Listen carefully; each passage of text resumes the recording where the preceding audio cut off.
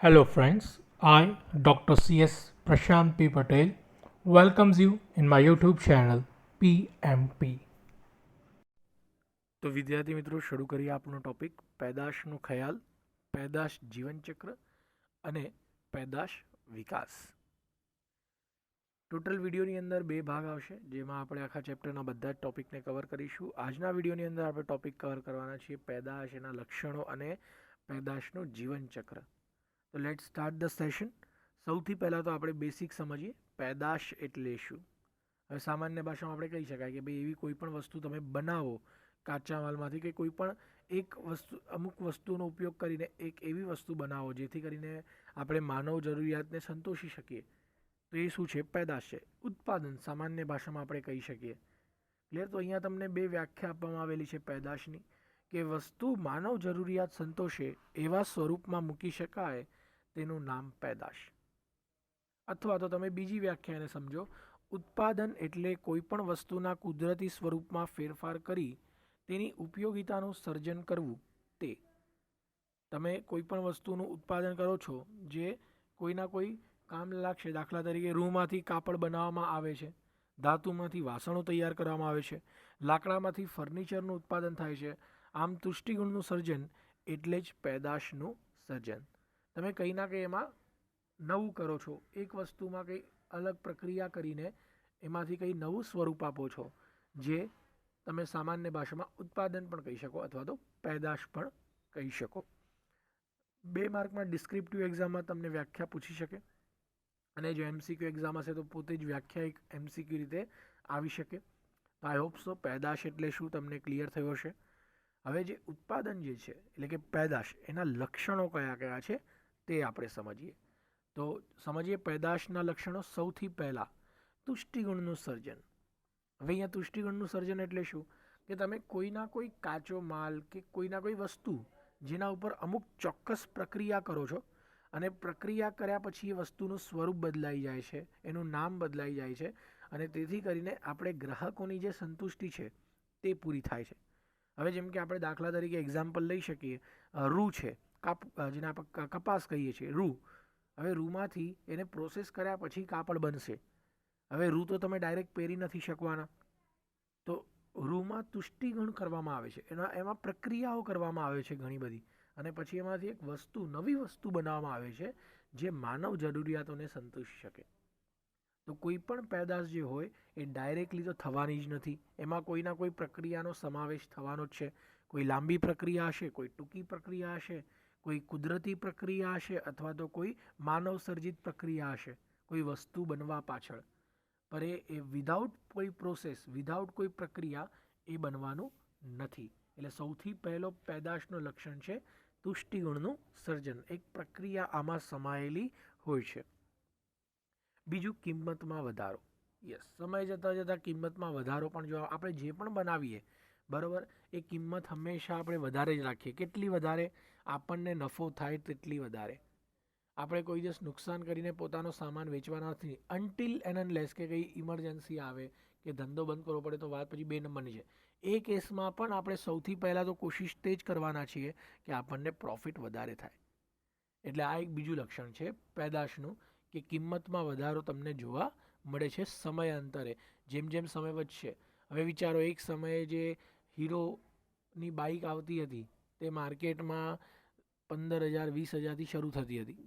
પછી સમય વીત્યો, 30,000 સુધી પહોંચ્યા. હજી સમય આગળ વધ્યો, 40, 50, હવે આજ તો 70, 60, 80 એવી રીતે ભાવ વધતા જ જાય છે. એટલે પ્રોડક્ટ એ જ છે, પર સમય જતાં એની ઉત્પાદનની કિંમત વધી, એની પડતર કિંમત વધવા લાગી, એટલે એને પોતાની વેચાણ કિંમત પણ વધારી, જેથી નફો એમાં વધારે આવી શકે. તો આ પણ એક પેદાશનું જ લક્ષણ છે. ઉત્પાદનના સાધનોનો ઉપયોગ. ભાઈ તમે વિધાઉટ કોઈ મશીનરી, કોઈના કોઈ ટેકનોલોજીનો કે મશીનરીનો ઉપયોગ કરવાના છો ઉત્પાદન માટે. યા તો જો હવે એ ઉત્પાદન માટે જે પણ સાધનનો ઉપયોગ થાય તે ઇલેક્ટ્રિક સાધન પણ હોઈ શકે, અથવા તો તમે હાથેથી પોતે એ મશીનનો ઉપયોગ કરીને ઉત્પાદન કરો. જેમ કે ફોર એન એક્ઝામ્પલ, તમે કપડું બનાવો છો હેન્ડવર્કવાળું, તો એમાં સોય તો વાપરવાના જ છો, સોય દોરાને બધું. એવું તો નથી કે ડાયરેક્ટલી આમ તમે જાદુ કરશો ને બની જશે. અથવા તો તમે મોટા ફેક્ટરીની અંદર કપડાં બનાવો છો, મશીનની અંદર, તો આટલી મોટી મશીનરીનો ઉપયોગ થયો. એટલે સાધનોનો ઉપયોગ તો થાય જ છે જ્યારે આપણે ઉત્પાદન કરવા બેઠા હોઈએ છીએ. હા, કોઈ જગ્યાએ ઓછા સાધનો ઉપયોગ થાય છે, કોઈ જગ્યાએ વધારે મોટા પ્રમાણમાં કિંમતી સાધનોનો ઉપયોગ થાય છે. પરંતુ પેદાશનું લક્ષણ છે કે સાધનોના ઉપયોગથી જ આપણે પેદાશ કરીએ છીએ. તમે કુદરતી પેદાશ પણ જો, કેમ કે તમે વનસ્પતિ ઉગાવો છો કે ફૂલ, કોઈ ખોરાક ઉગાવો છો, બટાકા કે અનાજ કંઈ પણ, તો એ પણ તો એક પ્રક્રિયા જ થઈ છે અને એમાં પણ ઘણી બધી મશીનરીના ઉપયોગ થયા છે. કોઈ હાથેથી ચાલતી મશીન અથવા તો કોઈ પેટ્રોલ કે ડીઝલથી ચાલતી મશીન, પરંતુ કોઈ પણ પેદાશ માટે સાધનોની જરૂર પડતી હોય છે. માલ કે સેવા. હવે તમે એવું નહીં સમજો કે પેદાશ એટલે ખાલી માલ, ગુડ્સ. ભાઈ, તમે બિસ્કિટ બનાવો છો, પેદાશ છે. કપડાં બનાવો છો, પેદાશ છે. તમે ટીવી બનાવો છો, પેદાશ છે. બાઇક બનાવો છો, પેદાશ. કાર બનાવો છો, પેદાશ. તો શું વસ્તુ એટલે જ ખાલી પેદાશ થાય? તો ના. સેવા એટલે પણ તો પેદાશ કહી શકાય આપણે એક બીજી સામાન્ય ભાષામાં. ફોર એન એક્ઝામ્પલ, તમને વિડીયોકોન વાળો ટીવી વેચે છે, એટલે વિડીયોકોન પેદાશ કરે છે ને તમને આપે છે, ગ્રાહક સંતુષ્ટ થાય છે.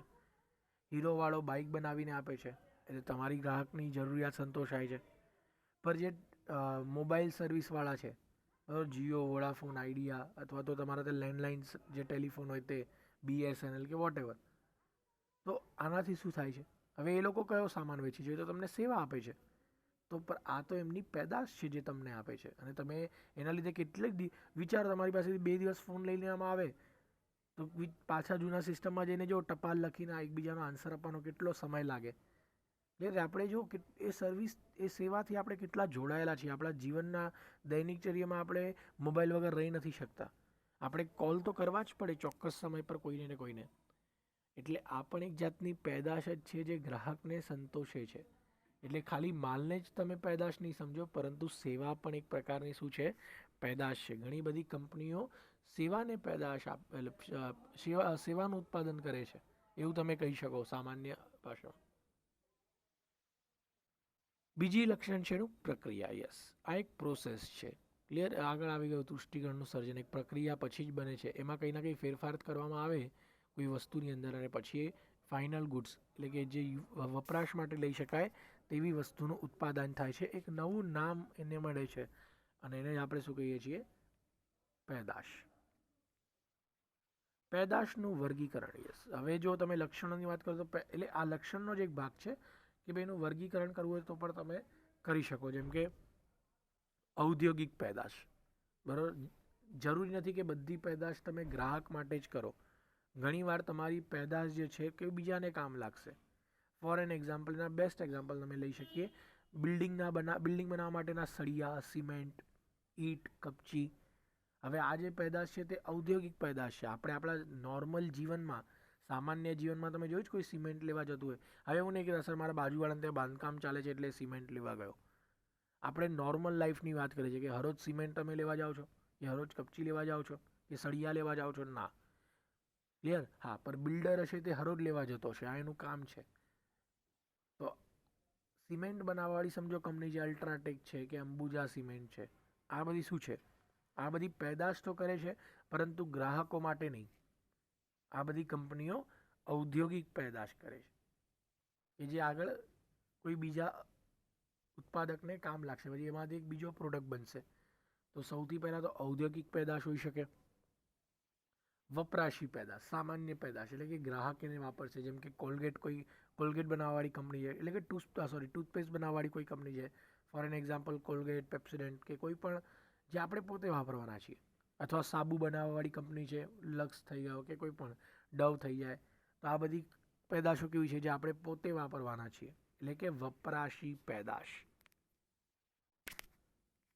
વિશિષ્ટ પેદાશ, એક ચોક્કસ આપણે કસ્ટમાઇઝ વસ્તુ બનાવવામાં આવે, ગ્રાહકના કહેવા પર એવી વસ્તુ બનાવવામાં આવતી હોય કે ભાઈ મને આવું બનાવીને આપ, એટલે એ વ્યક્તિ તમને એવું સાધન કે એવો પ્રોડક્ટ તમને બનાવીને આપશે. વિશિષ્ટ પેદાશ જેને કહેવાય કે અમુક લોકો માટે, સ્પેસિફિક લોકો માટે જ બનાવવામાં આવશે, બરાબર. એ પછી બીજી વાર એ કંપની બનાવે ના બનાવે એના હાથમાં છે. તો આવી પેદાશોને શું કહેવામાં આવે છે? વિશિષ્ટ પેદાશ. ખાસ કરીને સરકાર આવા પ્રોડક્ટ બનાવડાવતી હોય છે કંપનીઓ પાસે કે અમને આવું બનાવી આપો. ફોર એન એક્ઝામ્પલ, આનું બેસ્ટ એક્ઝામ્પલ તમે હમણાં રિસન્ટલી લઈ શકો. રેનોલ્ટ બધાએ સાંભળ્યું છે નામ, કાર બનાવવાવાળી કંપની છે. એની તમે રેનોલ્ટની ડસ્ટર કે કાઈગર કે ક્વિડ, ક્લિયર, આજકાલ બહુ ચાલે છે માર્કેટમાં. રેનોલ્ટ એક નવી કંપની જે ફટાફટ ઇન્ડિયામાં આગળ વધી રહી છે, ઇમર્જ થઈ રહી છે. હવે એવા સમયે શું થાય છે કે ભાઈ રેનોલ્ટવાળા આપણે ઇન્ડિયન ડિફેન્સને બહુ સારી એવી ટેન્ક બનાવીને આપે છે. હવે રેનોલ્ટનું કામ ટેન્ક મિલિટરી ડિફેન્સના વ્હીકલ બનાવવાનું નથી, પણ કંપનીએ તેમને કોન્ટ્રાક્ટ આપ્યો છે કે ભાઈ અમને બનાવી આપો ને. તો રેનોલ્ટવાળાએ અમુક ટેન્ક એમને બનાવીને આપ્યા, ટેન્ડર ભર્યું અને પાસ થયું, અને પછી એમને બનાવીને આપી દીધા. હવે શું રેનોલ્ટ એના શોરૂમમાં ટેન્ક વેચે છે મિલિટરીને? ના, એ ખાલી સ્પેસિફિક અમુક સમય માટે એમને બનાવ્યા જેટલો ઓર્ડર એમને આપવામાં આવેલો હતો. એટલે આવી પેદાશને આપણે શું કહીએ છીએ? વિશિષ્ટ પેદાશ. કે ભાઈ એક ચોક્કસ અમુક સમય માટે આપણે બનાવીશું, અમુક જ પ્રોડક્ટ બનાવીશું અને આપી દઈશું. તો આવા હોય છે વિશિષ્ટ પેદાશ. ટકાઉ અને બિન ટકાઉ પેદાશ. તમે પેદાશ પણ બે રીતની કરી શકો. એક લાંબો સમય ચાલે તેવી પેદાશ, જેને આપણે ડ્યુરેબલ કહીએ છીએ, અને એક એવી પેદાશ જે ચોક્કસ સમય પર બગડી જશે, ખરાબ થઈ જશે, એક્સપાયર થઈ જશે, એટલે કે perishable product. Four an example, તમે કોઈ ટીવી બનાવો છો કે બાઇક બનાવો છો, તો આ વર્ષો ને વર્ષો સુધી ચાલવાનું છે, ટકાઉ પેદાશ કરેલી છે તમે. અને બિન ટકાઉ એટલે તમે કોઈ સોસ બનાવો છો કે જેમ બનાવો છો, કોઈ ખાવાની વસ્તુ બનાવો છો ખોરાક માટેની, તો આ પેદાશ અમુક સમય જ ચાલશે, 1 મહિનો 2 મહિના પછી ખરાબ થવા લાગશે. તો પેદાશનું તો પણ તમે વર્ગીકરણ કરી શકો: ઔદ્યોગિક પેદાશ, વપરાશી પેદાશ, વિશિષ્ટ પેદાશ, ટકાઉ અને બિન ટકાઉ પેદાશ. તો આ આપણો સેકન્ડ ક્વેશ્ચન હતો દીકરા. ફર્સ્ટ ક્વેશ્ચન આપણે જોયેલો પેદાશ એટલે શું. સેકન્ડ ક્વેશ્ચન આપણે એનો જોયો કે ભાઈ એના લક્ષણો કયા કયા છે. ક્લિયર? તો તમને જો ડિસ્ક્રિપ્ટિવ એક્ઝામ હોય તો તમે એના લક્ષણ કેવી રીતે લખશો? સૌથી પહેલાં તો તમે પેદાશ શું છે તેની વ્યાખ્યા લખી નાખો કે ભાઈ પેદાશ એટલે શું. પછી ત્યારબાદ બોક્સ બનાવીને હેડિંગ આપી દો બોક્સનું, પેદાશના લક્ષણો. એ લક્ષણોમાં પછી તમે એક એક પોઈન્ટ લખી નાખો બોક્સની અંદર, જો તમારી એક્ઝામ ડિસ્ક્રિપ્ટિવ છે તો. એટલે પેદાશની વ્યાખ્યા બંને તમે લખશો, પ્લસ તમે બોક્સ બનાવીને આ બધા પોઈન્ટ લખી નાખશો, એટલે તમારો આન્સર આ એક પેજનો થઈ જશે. પછી આ દરેક પોઈન્ટ વિશે તમે એક એક બે લાઈન એક્સપ્લેન કરી દો, એટલે તમારો આન્સર 2 થી 2.5 પેજ જેવો, 2.5 પેજ તો મિનિમમ થઈ જશે, 2.5 થી 3 પેજ જેવો થઈ જશે. 7 માર્ક્સમાં લોંગ ક્વેશ્ચનમાં તમને આવી શકે કે ભાઈ પેદાશના લક્ષણો જણાવો. અને જો MCQ એક્ઝામ છે તો પોઈન્ટ તમે યાદ રાખી લેજો દીકરાઓ. જો તમારા કન્સેપ્ટ ક્લિયર હશે તો તમે ઇઝીલી MCQ ટીક કરી શકશો.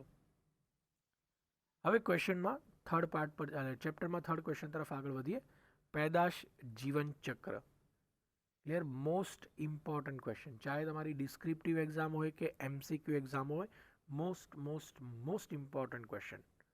કેમ કે આમાંથી સારા એવા MCQ પણ બની શકે છે, અને સારા ડિસ્ક્રિપ્ટિવમાં તો આ ક્વેશ્ચન હોટ ફેવરેટ છે. જો તમારી એક્ઝામ ડિસ્ક્રિપ્ટિવ હશે તો પછી આ ક્વેશ્ચન તમને 7 માર્કમાં આવશે ને આવશે જ. તો ચાલો સમજીએ પેદાશ જીવન ચક્ર. જો પહેલાં તો આપણે એને એક સામાન્ય ભાષામાં સમજી લઈએ કે ભાઈ વ્યક્તિનું એક જીવન ચક્ર છે. આજે હું હોઉં કે તમે હો, આપણે જન્મ લીધો છે તો આપણું મૃત્યુ નિશ્ચિત છે એક ચોક્કસ સમય પછી. કોઈ 20 વર્ષ પછી મરશે, કોઈ 50 વર્ષ પછી મરશે, કોઈ 100 વર્ષ પછી મરશે, પણ મરવાના તો છે જ બધા, એ પાક્કું છે. આપણું એક ચક્ર છે. હવે સામાન્ય વ્યક્તિ, આમ એવરેજ આપણે જોઈએ તો સમજો કે કોઈ એવરેજ લોકો 80 વર્ષ જીવતા હોય છે. તો શરૂઆતમાં જો બાળપણ આવે તમારું, બરાબર, તમે જન્મ લો છો એટલે તમારો બાળપણનો સમય છે. પછી ધીરે ધીરે તમે આગળ વધશો એટલે તમે યુવાનીમાં પ્રવેશ કરો છો. યુવાનીમાં પ્રવેશ કર્યા પછી તમારો એક મેચ્યોર એજ આવે, 35 થી 45 વર્ષમાં કે 55 વર્ષ જે હોય તમારા લાઈફનો બેસ્ટ ટાઈમ, જ્યાં તમે એકદમ ઠહેરાવ આવી ગયો છે તમારા જીવનમાં. અને પછી ધીરે ધીરે તમારે વૃદ્ધ અહેસાસ થશે, બુઢાપો ફીલ થશે, અને તમારા જીવનનો ધીરે ધીરે અંત આવવાની શરૂઆત થશે, અને છેલ્લે તમારું જીવનનું અંત. એટલે તમારી લાઈફ જે છે એ શરૂ થઈ નાના નાના ડગલાથી, અને પછી એટ ધ એન્ડ ફરીથી પાછા જ્યાં હતા ત્યાં નીચે આવી ગયા. તો આપણું જેવી રીતે જીવનચક્ર છે, એવી રીતે કોઈ પ્રોડક્ટ, કોઈ પેદાશ જે હોય એનું પણ જીવનચક્ર છે. એવું તો નથી કે તમારો પ્રોડક્ટ લાઈફ ટાઈમ ચાલવાનો જ છે. આજે કોઈ પ્રોડક્ટ તમે માર્કેટમાં લઈને આવો, એટલે એની માટે બાળપણ બરોબર છે નવા પ્રોડક્ટ માટે. પછી સમય જતાં જતાં એ પ્રોડક્ટ લોકોને યાદ રહી જશે, એટલે એવું સમજવાનું કે પ્રોડક્ટ મોટો થઈ રહ્યો છે. પછી એક સમય આવશે કે પ્રોડક્ટ માર્કેટમાં એટલો ધૂમ મચાવી દેશે કે બધા એ જ પ્રોડક્ટ ખરીદતા હશે. એ એની મેચ્યોરિટી હશે. અને પછી એક સમય એવો આવશે કે બધા ગ્રાહકો એનાથી કંટાળી જશે અને બીજા પ્રોડક્ટ પર જતા રહેશે. અને આ વસ્તુ છે, ગ્રાહક હંમેશા એક ચોક્કસ સમય સુધી જ વસ્તુ વાપરે, પછી એનો ટેસ્ટ બદલાય, એની ફેશન ને બધી જ વસ્તુ બદલાઈ જાય. એટલે પછી એ પ્રોડક્ટ લોકો ખરીદતા બંધ થઈ જાય અને પ્રોડક્ટનો છેલ્લે અંત આવે. તો સેમ જેવી રીતે જીવનની શરૂઆત થાય ને અંત આવે, એવી રીતે એક ચોક્કસ પ્રોડક્ટની પણ જીવનની શરૂઆત અને અંત હોય છે. અને એને જ આપણે શું કહીએ છીએ? જીવનચક્ર. આના ઘણા બધા તમે એક્ઝામ્પલ લઈ શકો. એનું બેસ્ટ એક્ઝામ્પલ એક આપી દઉં તમને. ચીટોસ કરીને કદાચ તમે ખાધું હોય, ના ખાધું હોય, પર એક વેફર કંપની કહી શકાય, જે અલગ અલગ ફ્લેવરમાં અલગ અલગ ટાઈપના કન્ઝ્યુમેબલ પ્રોડક્ટ હતા એમના. વેફર બનાવે કે પછી કોઈ પણ બોલ્સ બનાવે ખાવા માટે. હવે શરૂઆતમાં ચીટોસ જ્યારે માર્કેટમાં આવ્યું એટલે બહુ સમય લાગ્યો એને માર્કેટમાં પોતાની જાતને એસ્ટાબ્લિશ કરવામાં. પછી ધીરે ધીરે 2 વર્ષ કે 3 વર્ષનો સમય જતાં લોકોને ખબર પડી કે ભાઈ ચીટોસ જેવું પણ કંઈ આવે. એને ખૂબ માર્કેટિંગ કર્યું લોકોમાં. ધીરે ધીરે પ્રોડક્ટ આગળ વધવા લાગ્યો, એટલે કે એનો વૃદ્ધિનો સમય આવ્યો. અને એક સમય આવ્યો કે માર્કેટમાં ચીટોસ બધી જ જગ્યાએ વેચાતા થઈ ગયા. બાળકોને બહુ ગમતા હતા એક સમય. ખાસ કરીને 1990થી લઈને 2000નો જે સમય હતો, એવું કહે કે ચીટોસ એટલે લોકોના હાથમાં તમને જોવા મળે છે. અને આજે જો માર્કેટમાં ચીટોસ દેખાતા જ નથી. બહુ રેર કેસમાં તમને કદાચ જોવા મળી જાય કોઈ જગ્યાએ, તો વાત અલગ છે. એટલે ભલભલી કંપનીઓ આવીને જતી રહેતી હોય છે, ક્લિયર, બંધ થતી જાય છે. તો આ જ છે એક પેદાશનું જીવનચક્ર, આવે અને જાય. જો તો સમજીએ આને. માનવીની જેમ પેદાશ કે વસ્તુને પણ તેનું આયુષ્ય કે જીવનચક્ર હોય છે. જેમ મનુષ્યને બાળપણ છે, યુવાની છે, વૃદ્ધાવસ્થા છે અને છેવટે તે મૃત્યુ પામે છે, તેમ દરેક પેદાશ માટે પણ જીવનચક્ર હોય છે. દાખલા તરીકે, વસ્તુ શરૂઆતમાં બજારમાં મૂકવામાં આવે ત્યારે તેનો બાળપણનો તબક્કો શરૂ થાય છે. ત્યાર પછી તેનું વેચાણ વધવા માંડે છે અને યુવાનીના તબક્કામાં પહોંચે છે. હવે તે પરિપક્વતા પામે છે અને બજારમાં મોટા પ્રમાણમાં તેનો પુરવઠો આવે છે. અનેક ઉત્પાદકો તે બનાવે છે અને તે પડતીની તબક્કે એટલે કે વૃદ્ધાવસ્થાના તબક્કામાં પ્રવેશ કરે છે. ક્લિયર? તમારા પ્રોડક્ટમાં શું પ્રોબ્લેમ આવી? તમે શરૂઆતમાં આવ્યા એટલે બાળપણ, ધીરે ધીરે લોકો જાણતા થયા એટલે તમે આગળ વધી રહ્યા છો, તમારી વૃદ્ધિ થઈ રહી છે. પછી તમારી પરિપક્વતા આવી જાય એટલે તમે માર્કેટમાં બેસ્ટ છો, તમારા જેવું કોઈ છે જ નહીં. પણ ધીરે ધીરે હવે લોકો તમને કોપી કરવા લાગશે, તમારી ડુપ્લિકેટ કોપીઓ બનવા લાગશે. અને પછી તમે માર્કેટમાં, જો તમે કંઈ નવું નહીં કરશો તો તમે માર્કેટમાંથી બહાર ફેંકાઈ જશો. એટલે કે તમારો વૃદ્ધાવસ્થા શરૂ થઈ ગઈ છે અને પ્રોડક્ટનો એન્ડ આવવાનો છે. એક સમય એવો આવે છે જ્યારે તેનું ઉત્પાદન બંધ કરી દેવું પડે છે. આ છે વસ્તુનું મૃત્યુ. વસ્તુ જે સમય દરમિયાન બજારમાં અસ્તિત્વ ધરાવે છે તેને તેનું જીવનચક્ર એટલે કે લાઈફ સાયકલ તરીકે ઓળખવામાં આવે છે. અલબત્ત વસ્તુ પ્રમાણે તેનો સમય જુદો હોય છે. ક્લિયર? હવે આ જે સાયકલ જે તમે સમજી રહ્યા છો કે આવે, ફેમસ થાય, જબરજસ્ત વેચાણ થાય અને પછી પડતી આવે, આ સમય જે છે એ કેટલો પણ હોઈ શકે. કોઈ કંપની બહુ ફટાફટ પોતાની જાતની વૃદ્ધિ કરી નાખે ને તરત ડૂબી પણ જાય. અને કોઈ કંપની 4-5 વર્ષ સુધી લડે, કોમ્પિટિશન રાખે, હરીફાઈ રાખે, ધીરે ધીરે ફેમસ થાય 10 વર્ષમાં, પર એ પછી બહુ લાંબા સમય સુધી ટકી જાય કે ભાઈ 50-60 વર્ષ સુધી માર્કેટમાં ટકી જાય અને પછી ધીમે એનો ડિક્લાઇન આવે. એટલે આ જે સાયકલ છે ને, એ ડિપેન્ડ કરે છે, પ્રોડક્ટ ટુ પ્રોડક્ટ અલગ હોય. કોઈનું લાઈફ સાયકલ 10 વર્ષનું હોય કે 2 વર્ષમાં ફેમસ થયા, 2 વર્ષમાં આગળ વધી ગયા, 4 વર્ષ મેચ્યોર ને બાકીના 3 વર્ષ કે 4 વર્ષ ડિક્લાઇન. તો આ 10 વર્ષનું લાઈફ સાયકલ થયું. કોઈ કંપનીના પ્રોડક્ટ 200 વર્ષનું પણ લાઈફ સાયકલ ધરાવતા હોય, કોઈ કંપનીના પ્રોડક્ટ 1000 વર્ષના પણ લાઈફ સાયકલ ચલાવતા હોય. તો લાઈફ સાયકલ બધાના અલગ અલગ, દરેક પેદાશના અલગ અલગ હોય છે. કંપની જો સારો પ્રોડક્ટ બનાવશે તો એનું લાઈફ સાયકલ થોડું લાંબુ તમને જોવા મળશે. ક્લિયર? આજે તમે હીરો કંપની જોઈ લો, કેટલા વર્ષોથી છે, આ લાંબુ લાઈફ સાયકલ છે. સેમ વે તમને આગળ કહ્યું ચીટોસ, તેનું લાઈફ સાયકલ એકદમ નાનું છે. એક સમયે વિચારો કિસ્મી ચોકલેટ હતી, આજે પણ માર્કેટમાં તમને ઘણી બધી જગ્યાએ જોવા મળતી હશે.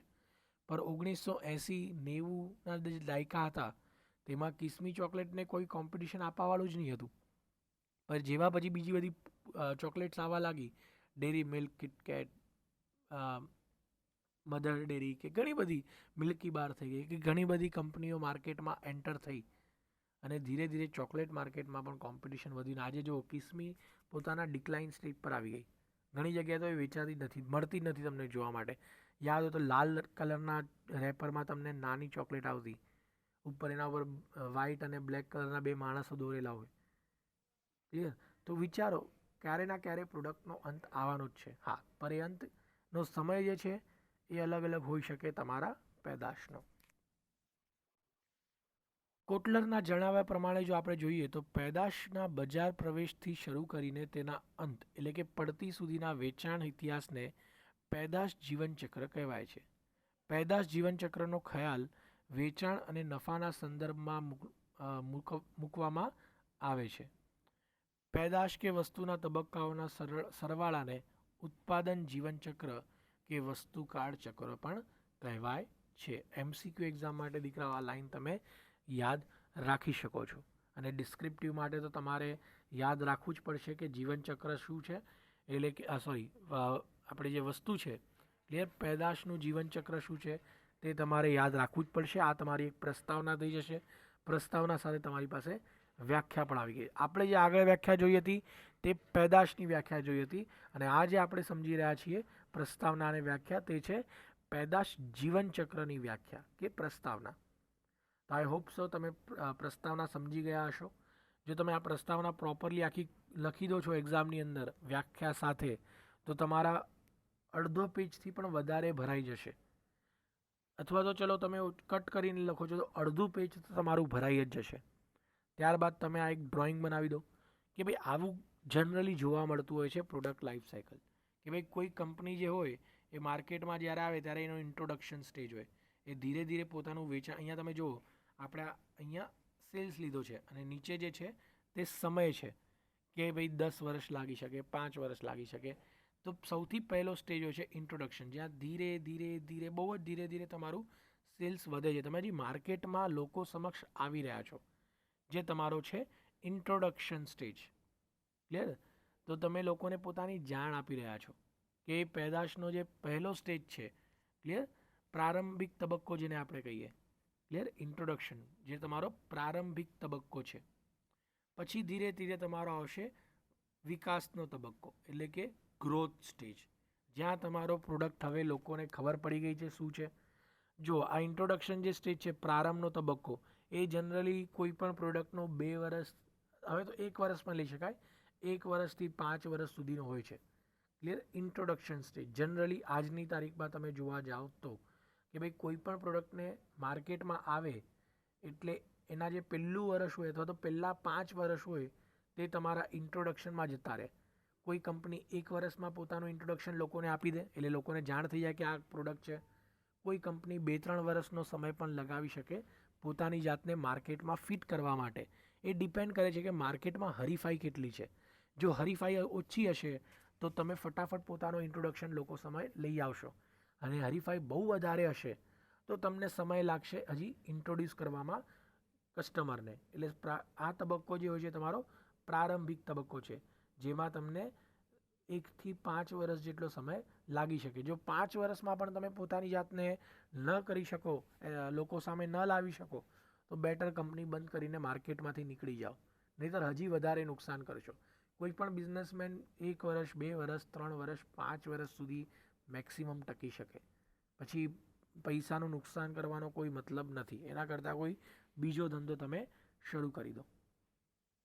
હવે ચલો કોઈ કંપની 1 વર્ષમાં ફેમસ થઈ ગઈ કે કોઈ કંપની 5 વર્ષમાં ફેમસ થઈ ગઈ, તો હવે એનો આવશે ગ્રોથ સ્ટેજ એટલે કે વિકાસનો તબક્કો, જ્યાં લોકો બધા અવેરનેસ ફેલી ચૂકી હશે કે ભાઈ આવો પ્રોડક્ટ પણ છે માર્કેટમાં. તમારું નામ બીજા લોકો સાથે, જે અત્યાર સુધી તમારા ઉપરના લોકો હતા એમની સાથે હવે તમારું નામ પણ લેવાવા લાગશે. ક્લિયર? આને આપણે છે ને એક એક્ઝામ્પલ સાથે સમજીએ. પેપ્સોડન્ટ. ક્લિયર? આપણે ટૂથપેસ્ટ આવે બ્રશ કરવા માટે આપણે લઈએ છીએ, જનરલી એક સમયે લોકો કોલગેટ જ વાપરતા હતા આજે જો કેટલી બધી કંપની એની જગ્યા લઈ લીધી છે.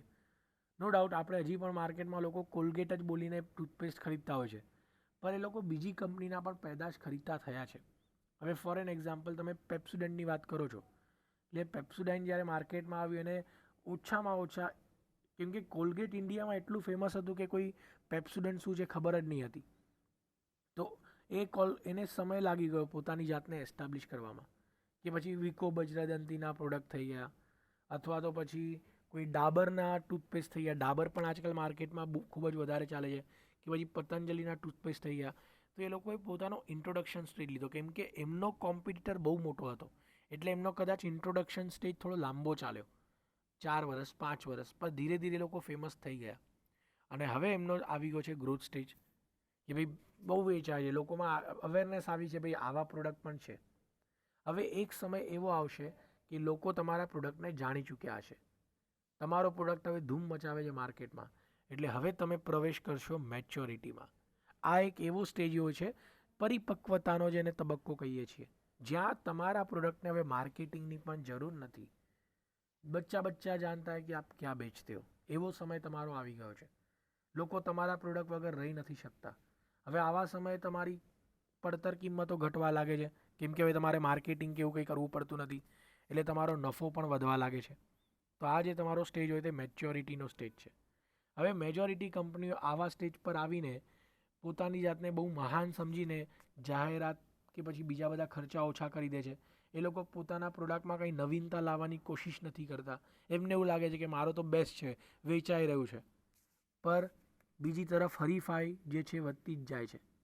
એ કંઈ ના કંઈ નવું લઈને આવશે, અને જો તમે આવી રીતે જ બેઠા રહેશો તો હવે તમારા પ્રોડક્ટની શું થયું થશે?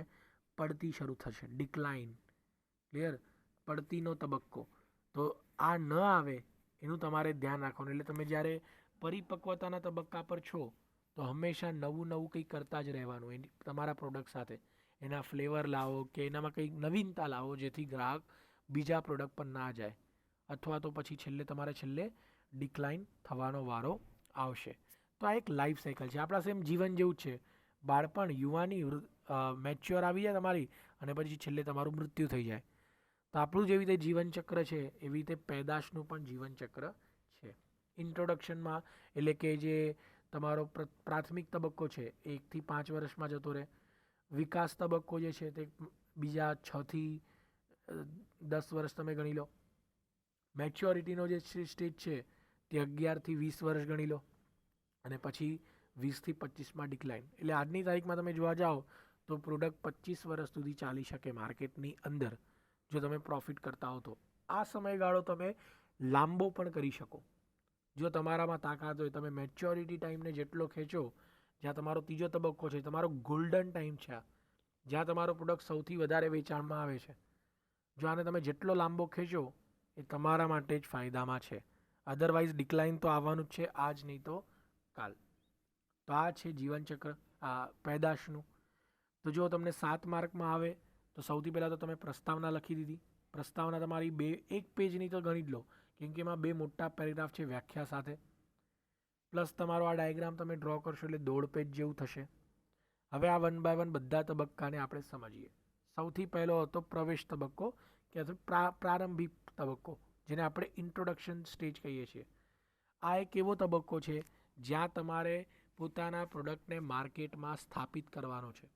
તમારા હરીફાઈઓમાં તમે કેવી રીતે આગળ વધશો, કેમ કે હવે આ સમયમાં તમારી પાસે એટલા વધારે પૈસા પણ નહીં હશે, કેમ કે તમે બધા જ તો પૈસા ધંધામાં લગાવી દીધા, એટલે તમારાથી વધારે સારું એવું માર્કેટિંગ નહીં થતું હશે.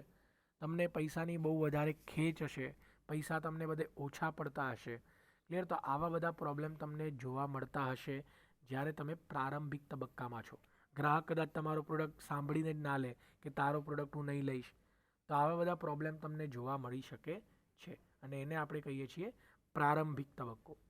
કે આ તબક્કે વસ્તુ બજારમાં મૂકવામાં આવે છે, ખરીદનાર ગ્રાહકોની સંખ્યા ઓછી હોય છે, હરીફાઈ ઓછી હોય છે, વેચાણ ઓછું હોય છે, અને જોખમ બહુ વધારે હોય છે. એટલે બધું જ ઓછું, તમારા ફાયદામાં કંઈ જ નહીં. તમને તો નુકસાન થવાની આ તબક્કામાં સૌથી વધારે શક્યતા છે, અને નુકસાન ઝેલો તો ઠીક છે, નહીં તો કંપની બંધ કરીને નીકળી જવું પડશે માર્કેટમાંથી. આ એવો તબક્કો છે. એટલે તમારામાં મક્કમતાથી તમારે ટકી રહેવાનું છે. આ રીતે બજારમાં મૂકેલી વસ્તુ તદ્દન નવી હોય અથવા કોઈ એક બજારમાં વેચાઈ રહેલી વસ્તુ નવા બજારમાં મૂકવામાં આવે, આ તબક્કો ખૂબ જોખમી અને ખર્ચાળ છે. કેટલાક એવા દાખલા નોંધાયા છે જ્યાં વસ્તુ આ તબક્કે નિષ્ફળ ગઈ હોય. દાખલા તરીકે હિન્દુસ્તાન લીવર બજારમાં મૂકેલ ઋષિ ઘી, જે શુદ્ધ ઘી હતું, તે પ્રારંભિક તબક્કે જ નિષ્ફળ નીવડ્યું. આમ નવીન વસ્તુઓ બજારમાં સફળતાપૂર્વક મૂકવાનો અનુભવ ધરાવતી સંસ્થાઓ પણ નિષ્ફળ જાય એવી શક્યતા છે. ક્લિયર? આ સ્ટેજ પર તમે સૌથી વધારે ચાન્સીસ છે કે 90% લોકો ફેલ જ થવાના છે અને પછી બાકી બધા સ્ટેજ આવશે જ નહીં. ત્યાંથી જ એમનું ડિક્લાઇન શરૂ થઈ જશે, કંપની બંધ. બહુ ઓછી કંપનીઓ જે છે તે ઇન્ટ્રોડક્શનથી ગ્રોથ સ્ટેજમાં જાય, ગ્રોથથી મેચ્યોરિટી અને મેચ્યોરિટીથી ડિક્લાઇન. તો પ્રારંભિક તબક્કો ઘણીવાર તમારો છેલ્લો જ તબક્કો બની જતો હોય છે. ક્લિયર? અને મોટી મોટી કંપનીઓ પણ આમાં ઘણીવાર ફ્લોપ થઈ જાય છે. એનું બેસ્ટ એક્ઝામ્પલ તમને આપી દીધું, Hindustan Unilever, Hindustan Lever. Clear? Hindustan Lever જે છે તે બહુ મોટી કંપની છે, ટોપ 10 આપણે કહી શકાય એના માર્કેટની અંદરમાં આવી જાય. તો આવી કંપની પણ પોતાનો પ્રોડક્ટ લોન્ચ કરી અને પોતે પણ ફેલ થઈ છે ઇન્ટ્રોડક્શન સ્ટેજ પર. વિચારો, હિન્દુસ્તાન લીવરને કોઈ માર્કેટિંગની પણ જરૂર નથી, એ ખાલી પહેલાં પ્રોડક્ટ લઈને આવે તો પણ ચાલી જતે. ક્લિયર? તો કેમ આ લોકોને એવું થાય છે? તો લોસ થવાની શક્યતા એમાં પણ તમારી છે. એવું નહીં સમજતા કે નાના નાના લોકો જ હાર માને. મોટી મોટી કંપનીઓ પણ ઇન્ટ્રોડક્શન એટલે કે પ્રારંભિક તબક્કા પર હારી જતી હોય છે, જ્યારે ગ્રાહકો એમને રિસ્પોન્સ નથી આપતા ત્યારે. હવે પ્રારંભિક તબક્કાના અમુક લક્ષણો જોઈએ કે ભાઈ આ તબક્કો જે છે ઇન્ટ્રોડક્શન, એના લક્ષણો શું છે. સૌથી પહેલાં, વસ્તુ બજારમાં મૂકવાનો વિકાસ ખર્ચ ખૂબ ભારે હોય છે. ક્લિયર? તમારે લોકો સુધી તમારો પ્રોડક્ટ પહોંચાડવાનો છે એટલે વિચારો કેટલા ખર્ચ કરવા પડશે, કેટલું માર્કેટિંગ કરવું પડશે, કે ફ્રીમાં સેમ્પલ આપવા પડશે. એટલે પેલું કે ખાયા પિયા કુછ નહીં, ગ્લાસ ફોડા બારાના, સેમ એવી તમારી સાથે થશે કે ભાઈ તમારો ખર્ચ બહુ વધારે હશે. કેમ કે તમારે હવે પ્રાથમિક તબક્કામાંથી વિકાસ તરફના તબક્કામાં જવું છે. તો એના માટે તમારે શરૂઆતમાં ખર્ચ કરવા પડશે જેથી ગ્રાહક તમારા પ્રોડક્ટ સુધી પહોંચી શકે. બીજું, આ તબક્કે ભાવ પણ બહુ વધારે હોય છે, ઊંચો હોય છે. તમારો હવે સર, આપણે જ્યારે નવા નવા આવે ત્યારે તો સસ્તામાં વેચીશું. કેવી રીતે સસ્તામાં વેચશો દીકરા? તમે સૌથી મોંઘા હશો માર્કેટની અંદર. કેમ કે મોટી મોટી કંપનીઓ બલ્ક પ્રોડક્શન કરે તો એમને સસ્તામાં પ્રોડક્ટ મળે. પણ તમે નાના ઉદ્યોગપતિ છો, તમે માંડ 100 વસ્તુ બનાવશો કે 200 વસ્તુ બનાવશો તો તમારી પડતર કિંમત બહુ વધારે હશે. અને પડતર કિંમત વધારે હોય એટલે તમે નફો એમાં એડ કરો એટલે વેચાણ કિંમત પણ વધી જાય. તો આ એક એવો તબક્કો છે જ્યાં તમે એક તો પહેલાંથી હરીફાઈ છે એને હરાવવાનો છે, પ્લસ તમારી પ્રાઇસ એનાથી પણ વધારે છે. તો કેમ તમારો ગ્રાહક તમારો પ્રોડક્ટ ખરીદે? હા, તમે સારો આપશો, એને પસંદ આવશે, તો પછી ધીરે ધીરે તમારો પ્રોડક્ટ વેચાતો થઈ જશે, ભલે તમારી પ્રાઇસ વધારે હોય. તો આ એક એવો તબક્કો છે જ્યાં શરૂઆતમાં તમારે પ્રાઇસ ઓછી રાખવી જોઈએ પણ તમે રાખી નથી શકતા અને તમે ઊંચા ભાવમાં જ વેચો છો.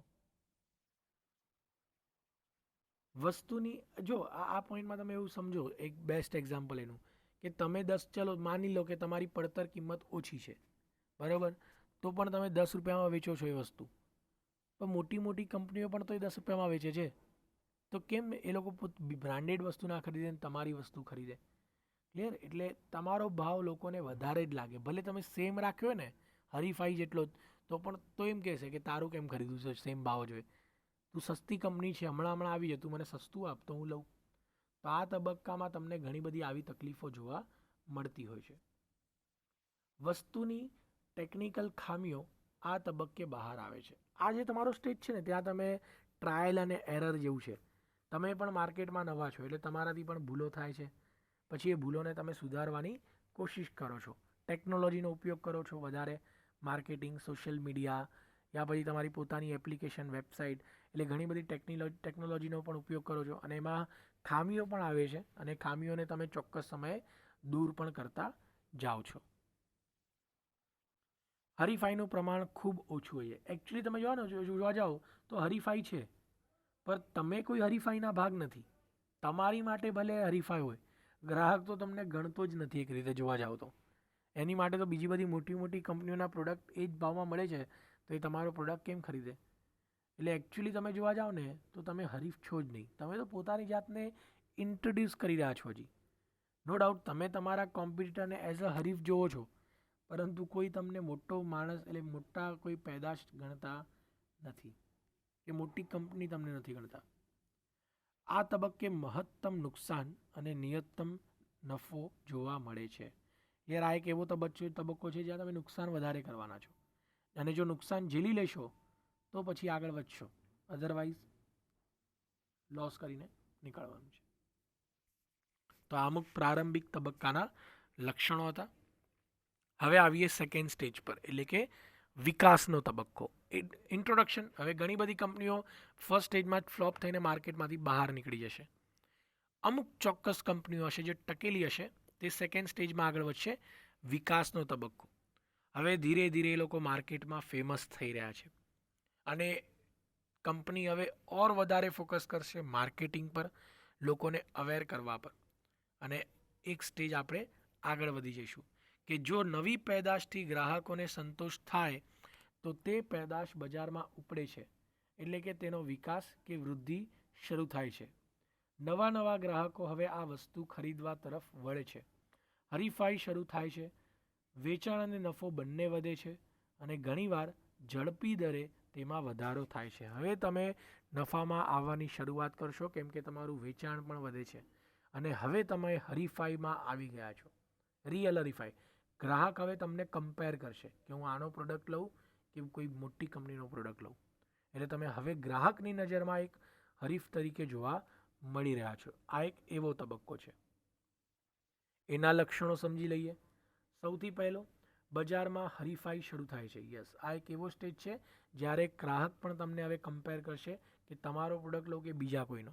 એટલે તમે સમજી શકો છો માર્કેટમાં તમે ફેમસ થવા લાગ્યા છો. હરીફાઈનો સામનો કરવા ભાવ થોડા ઘટે પણ છે. આ એક એવો તબક્કો છે, હવે તમે કેવું છે નફો કરવા લાગ્યા છો, તો બેટર કે હજી થોડો ભાવ ઓછો કરી દો, હમણાં થોડો હજી નફો ઓછો કરો, પર લોકોને તમારી તરફ એટ્રેક્ટ કરી લો. એટલે વિકાસનો તબક્કો જે કંપનીનો હોય તે કંપનીઓ આવા અખતરા કરતી હોય છે, માર્કેટ કરતાં થોડું સસ્તામાં જવા લાગે. પછી હાલાકી સામેવાળો પણ ભાવ ઘટાડી શકે, બની શકે ક્લિયર, તો પછી બંનેને નુકસાન થશે. આ તબક્કે નફો મહત્તમ હોય છે. યસ, અહીંયા તમે નફો કરવા લાગ્યા છો સારો એવો, ખોટ જવાની શક્યતા, નુકસાન જવાની શક્યતા અહીંયા એકદમ જ ઓછી, નિયતમ છે. હરીફાઈ વધતા વેચાણ ટકાવી રાખવા બીજા કેટલાક પગલાં લેવા પડે છે. એટલે તમે ઘણા બધા પગલાં લેશો. કૂપન વેચશો, ફ્રીમાં સેમ્પલ આપશો, માર્કેટિંગ કરશો, રોડ પર બેનર લગાવશો, કેમ કે હજી તમે વિકાસ સ્ટેજ પર છો. હજી તમારા લોકોએ કંપનીએ લોકોના મગજમાં બેસવાનું છે, એટલે ઓર વધારે માર્કેટિંગ થવાની શરૂઆત થઈ જશે. તો આ એક તબક્કો પણ છે, આ એક લક્ષણ પણ છે વિકાસી તબક્કાનો. તો આઈ હોપ સો દીકરાઓ તમે બે તબક્કા બહુ સારી રીતે સમજી ગયા હશો. સૌથી પહેલો પ્રારંભિક તબક્કો અને બીજો વિકાસ તબક્કો, બંનેના આપણે લક્ષણો પણ જોયા છે. હવે આગળ વધીએ થર્ડ સ્ટેજ પર, પરિપક્વતાનો તબક્કો, મેચ્યોરિટી સ્ટેજ જેને કહેવાય. તમારો ગોલ્ડન ટાઈમ, કંપનીનો બેસ્ટ ટાઈમ, જેમાં તમે માર્કેટના રાજા બનીને બેઠા છો. ક્લિયર, લોકો તમારો પ્રોડક્ટ બહુ સારી રીતે જાણે છે. તમે માર્કેટિંગ પણ નહીં કરશો ને તો પણ હવે લોકો તમારો પ્રોડક્ટ લેશે જ. તમારા પ્રોડક્ટનું નામ લોકોના જુબા પર બેસી ગયું છે. એવા ઘણા બધા પ્રોડક્ટ હોય છે, અને એ તમારો સ્ટેજ છે પરિપક્વતાનો તબક્કો. હવે આવા સમયે તમને માર્કેટિંગ નહીં કરશો એટલે ઘણા બધા ખર્ચ તમારા ઓછા થશે. ખર્ચ ઓછા થશે એટલે તમારી પડતર કિંમત ઓછી થશે, અને પ્રોડક્ટની પ્રાઇસ તો તમે એટલી જ રાખવાના છો, એટલે નફાનું માર્જિન વધી ગયું તમારું. તો આ એક એવો તબક્કો છે જ્યાં નફો એકદમ એક્સેલન્ટ થાય છે. તમે તમારી કંપનીને ડબલ સ્પીડથી હજી આગળ વધારી શકો છો, અને આ સમય જેટલો તમે લાંબો રાખશો એ તમારા માટે જ ફાયદો છે, કેમ કે પછી તો ડિક્લાઇન આવે, ડેન્જરસ પોઈન્ટ જેને આપણે કહીએ છીએ કે ભાઈ હવે વેચાણ બજારમાં સ્થિર થવા માંડે છે. આ પરિપક્વતાનો તબક્કો છે, જ્યારે વેચાણ વધી રહ્યું છે છતાં ધીમા દરે હરીફાઈને કારણે ભાવો એવી સપાટી પહોંચે છે જ્યારે સમાંતર પેઢીઓ બજારમાંથી ફેંકાઈ જાય છે. જે ગ્રાહકોએ એ વસ્તુનો ઉપયોગ કર્યો હોય તેમને તે સંતોષકારક લાગે તો તેઓ ફરીને તે વસ્તુ ખરીદતા રહે છે. આમ વેચાણ સ્થિર બને છે. વસ્તુની માંગ કરતાં તેનો પુરવઠો વધુ હોય છે, તેથી જ ભાવ ઘટાડો અનિવાર્ય બને છે. ઉત્પાદક નવા મોડલો બજારમાં મૂકે છે. જાહેરાત અને સેલ્સમેન દ્વારા વેચાણ ટકાવી રાખવા તે પ્રયત્નો કરે છે. એટલે તમારે અહીંયા તમારે છે ને સમય પર કંઈ ના કંઈ નવું કરતા રહેવાનું.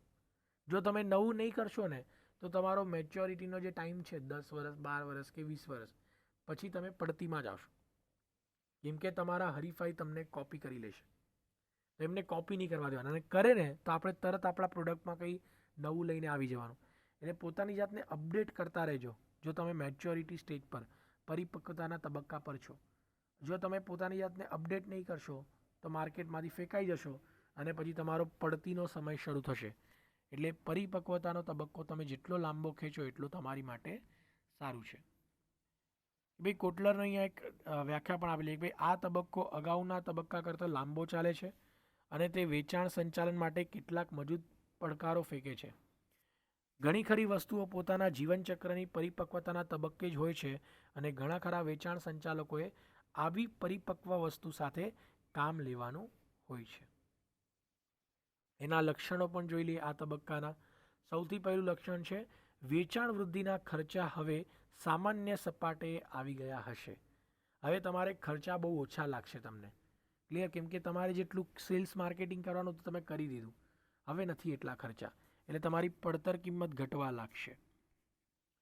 ભાવો સ્થિર સપાટીએ આવી ગયા છે. હવે તમારે ભાવ વધારાની જરૂર નથી.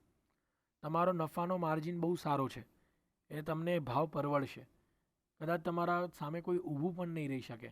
જો કોઈ માર્કેટમાં તમારાથી સસ્તો પ્રોડક્ટ લાવે તમે હજી એનાથી સસ્તો કરી દો, કેમ કે તમારું પ્રોફિટ માર્જિન એમ પણ વધારે છે. ક્લિયર? તો આ એક એવો સ્ટેજ છે જ્યાં તમારે ભાવ આમ તો સ્થિર જ થઈ ગયા છે. કોઈ તમને કોમ્પિટિશન જલ્દી આપવા તૈયાર થશે નહીં. ઉત્પાદક વસ્તુ વિકાસ માટે વિચાર કરે છે.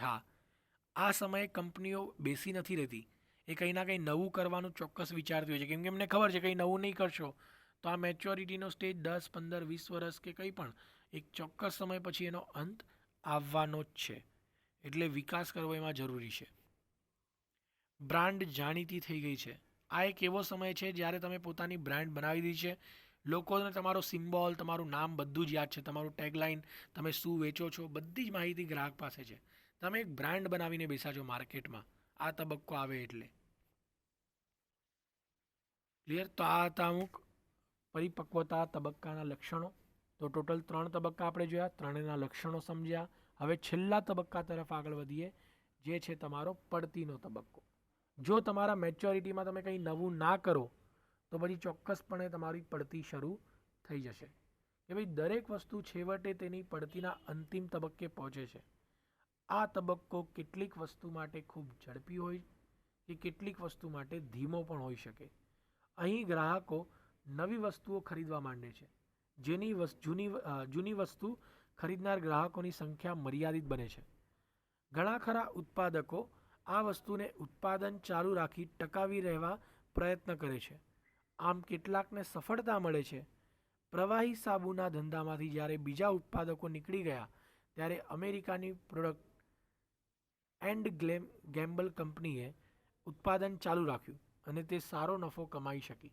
અલબત્ત જે ઉત્પાદકો ચાલુ રહે છે તે વેચાણ વૃદ્ધિના ખર્ચ ઘટાડે છે, વસ્તુની વિવિધતા ઘટાડે છે તથા કેટલીકવાર ભાવો પણ ઘટાડે છે અને પોતાની જાતને માર્કેટમાં ફરીથી ઊભા કરવાની કોશિશ કરતી હોય છે. એટલે આ એક એવો સ્ટેજ છે જ્યાં તમે કંઈ ના કંઈ નવું કરો, નહીં તો ડિક્લાઇન આવશે. એવું જરૂરી નથી કે ડિક્લાઇન આવે તમે મરી જ જવાનો છે. તમારો પ્રોડક્ટ વેચાતો બંધ જ થઈ જશે. હજી અમુક ગ્રાહકો હશે તમારી પાસે, તો ફરીથી મહેનત કરો, કંઈ નવું કરો અને તમારા ગ્રાહકોની સંખ્યા વધારો. તો જે ડિક્લાઇનનો સ્ટેજ જતો હતો તમારો, ફટ દઈને પાછો મેચ્યોરિટી જેવો ઉપર આવી જશે. એટલે જે તમારો નોર્મલ ગ્રાફ હતો તે બદલાઈ જશે. જનરલી કેવું હતું કે ઉપર ગયો પછી નીચે આવવાનો જ હતો, પણ તમે ફરીથી ઉપરની તરફ વાળી દીધો. તો આવું પણ બની શકે. એવું નથી કે બધા પ્રોડક્ટ પડવાના શરૂ થાય એટલે પડવા જ લાગે. 99% પડી જાય, પણ 1% નસીબ જો સાથ આપે ને તો તમે ફરીથી પોતાના માર્કેટને હજી લાંબો ખેંચી શકો છો મેચ્યોરિટી પર. ક્યારે ના ક્યારે તો તમારું ડાઉન જવાનું જ છે. તો તમે મહેનત કરશો તો તમારો પડતીનો તબક્કો ફરીથી એક અલગ સ્ટેજ પર આવી જશે. અધરવાઇઝ તો તમે પડતીના તબક્કામાં પ્રવેશી ચૂક્યા છો. એના લક્ષણો કયા છે પડતીના તબક્કાના? સૌથી પહેલો લક્ષણ વેચાણ ખૂબ ઝડપથી ઘટે છે. આ એક એવો તબક્કો છે, હવે લોકો તમારાથી કંટાળી ગયા છે, તમારું વેચાણ હવે ઘટવા લાગ્યું છે માર્કેટની અંદર. નફો વેચાણથી પણ વધુ ઝડપી ઘટે છે. હવે પટે છે ને, ઝડપે ઘટે છે કે ભાઈ તમારો નફો હજી વધારે ઝડપથી ઘટવા લાગ્યો છે, કેમ કે પ્રોડક્ટ વેચાતો જ નથી. હવે તો નુકસાન થવા લાગશે, નફો બચશે જ નહીં. ઉત્પાદક વસ્તુ સરળીકરણ તરફ આગળ જાય છે. હવે જે કંપનીવાળો છે તે બહુ બધા પ્રોડક્ટ બનાવવાના જે ફ્લેવર હતા તે ઓછા કરી નાખશે, એનો ઉત્પાદનની સંખ્યા ઘટાડી નાખશે, કેમ કે એના ગ્રાહકો ઓછા થઈ રહ્યા છે. હવે જે ચોઈસ આપતો હતો આ પ્રોડક્ટ, હવે એક જ પ્રોડક્ટ વેચશે, આ જ છે, બીજું કંઈ નહીં. અને ધીરે ધીરે એ પણ બંધ થઈ જશે. શક્ય હોય ત્યાં નવી વસ્તુના ઉત્પાદન માટે તૈયારી કરે છે. હા, એ કંઈક નવું કરવાની શરૂઆત કરી શકે, પણ એ પણ બહુ રેર કેસમાં સક્સેસફુલ થાય. અધરવાઇઝ કંપની ડૂબી જ જતી હોય છે, પ્રોડક્ટ ગાયબ જ થઈ જાય છે માર્કેટમાંથી. આ તબક્કામાં વસ્તુને લાંબા સમય સુધી રાખવા ઉત્પાદક તૈયાર થતા નથી. કહ્યું ને, એ પોતે જ હાર માની લે છે કે નથી રાખવું ચાલો લાંબા સમય સુધી, કેમ કે હવે એને ખબર પડી ગઈ છે કે જેટલું થવાનું હતું એટલું થઈ ચૂક્યું છે. એટલે ઉત્પાદક પણ હવે ધીરે ધીરે હાર માનવા લાગે છે. અને લાસ્ટ, આ તબક્કે હજુ એ ચાલુ રહેલા ઉત્પાદકો વસ્તુના નવીન પ્રયોગો દ્વારા ટકી રહેવાનો પ્રયત્ન કરે છે. હા, અમુક ઉત્પાદક એવા પણ છે જે હાર નથી માનતા અને કંઈક કંઈક નવું કરીને ફરીથી માર્કેટમાં પોતાનો પ્રોડક્ટ કેવી રીતે વેચાય એની તૈયારી કરવા લાગતા હોય છે. તો આ થયા તમારા પડતીના તબક્કાના લક્ષણો. તો ટોટલ આપણે આખો ક્વેશ્ચન બહુ લાંબો છે, સમજ્યા તેને કે ભાઈ પેદાશનું જીવનચક્ર શું છે. તો સૌથી પહેલાં જો તમને આ ક્વેશ્ચન આવે તો તમારે પેદાશની વ્યાખ્યા લખી દેવાની. ત્યારબાદ તમારે પેદાશ જીવનચક્રની પ્રસ્તાવના અને વ્યાખ્યા લખી દેવાની, એટલે તમારો એક પેજ થઈ જશે. ત્યારબાદ તમે જે ડાયાગ્રામ ડ્રો કરીને જોયો તો તે તમારે બનાવી દેવાનો કે ભાઈ પ્રારંભિક તબક્કો, વિકાસ તબક્કો, પરિપક્વતા તબક્કો અને પડતીનો તબક્કો. પછી દરેક તબક્કાને તમારે એક્સપ્લેન કરી દેવાના એના લક્ષણોની સાથે. હા, નો ડાઉટ લક્ષણ ડિટેલમાં એક્સપ્લેન નહીં કરવાની જરૂર ના પડે. જો લોંગ ક્વેશ્ચન હોય 14 માર્કમાં તો પછી તો લક્ષણ પણ એક્સપ્લેન કરવાના, અને જો 7 માર્કમાં હોય તો આરામથી તમારા 3 સાડા 3 પેજ તો થવાના જ છે, જો ભલે તમે લક્ષણ એક્સપ્લેન કરો કે ન કરો. તો આ ક્વેશ્ચન તો MCQ માટે, આમાંથી MCQ ઘણા બધા બની શકે એવા છે. તો એ આપણે ચેપ્ટર પછે એટલે ટોટલ જેટલા પણ ચેપ્ટર થયા છે એનું એક કોમન MCQ આવી જશે. તો વિડીયોથી અટાઈ રહેજો. જો વિડીયો પસંદ આવે તો દીકરાઓ લાઇક, શેર, સબસ્ક્રાઈબ કરવાનું નહીં ભૂલતા, અને બની શકે તો ચેનલને શેર પણ કરજો લોકોથી, જેથી કરીને લોકો સુધી આપણે પહોંચી શકીએ. Thank you so much.